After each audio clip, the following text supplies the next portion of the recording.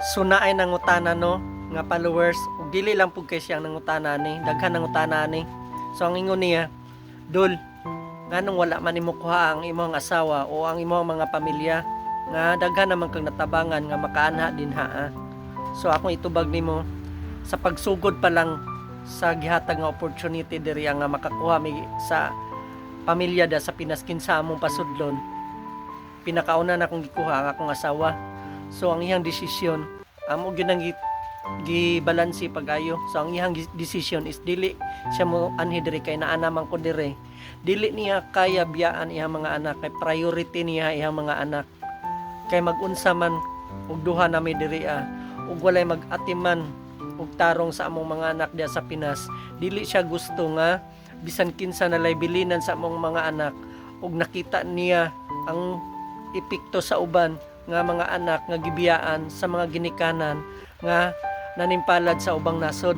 So ang iya priority iya mga anak kay dili siya gusto nga ang bation sa iya mga anak nga ang kahingawa, ang kamingaw sa ginikanan kompante na kayo may nga isa ra sa mo abroad, ang isa sa mo ang mag-atiman sa among mga anak kay mag-unsa man na ang daghang kwarta ug among mga anak basin asa na lang napadulong, walay tarong mo atiman, walay tarong mo disiplina, dili na to maagak ang ilang pagdako.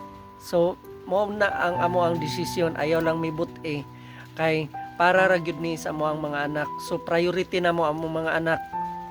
Mong natingala mo daghan akong napasulod diri nya wala pa akong pamilya.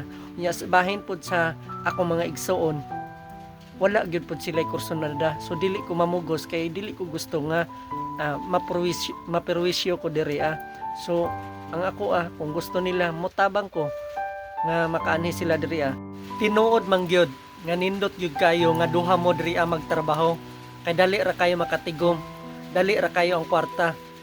Pero sa amo ang desisyon, amo amang yung gibalansi pagayo nga kampante nako nga ako lang diri magtrabaho nya siya didto magatiman sa mga bata kay magunsa man ang among kwarta ug among mga anak layo ang gugma sa moa, kulang sila disiplina, wa ta kahibalo sa magatiman sa ilaha kung giunsa sila, di ba?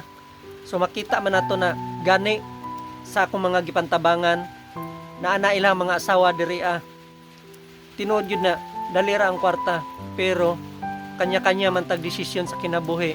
Ang amo priority na mo ang mga anak kay nanginabuhi mi dili para sa akong kaugalingon kundi para sa ilaha.